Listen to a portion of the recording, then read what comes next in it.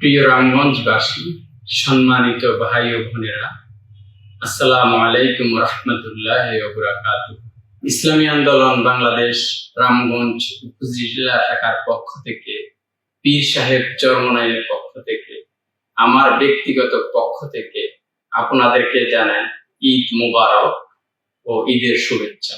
এই পবিত্র কোরবানির উৎসব ও আত্মত্যাগ, সহমর্মিতা, ইসলামী মূল্যবোধের এক উজ্জ্বল দৃষ্টান্ত। আসুন হযরত ইব্রাহিম আলাইহিস সালামের এই মহান আত্মত্যাগকে অনুসরণ করে সমাজে ন্যায় ও ইনসাফ প্রতিষ্ঠার ভূমিকা রাখি।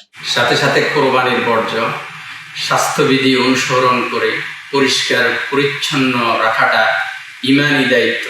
তাহলে আমরা রামগঞ্জবাসীকে একটা পরিচ্ছন্ন শহর উপহার দিতে পারবো ইনশাআল্লাহ। আল্লাহ তাআলা আমাদের সকলের কোরবানিকে কবুল করুক। আবারও রামগঞ্জবাসীর সকলকে পবিত্র ঈদ উল আজহার শুভেচ্ছা। ঈদ মুবারক। আসসালামু আলাইকুম রহমতুল্লাহ।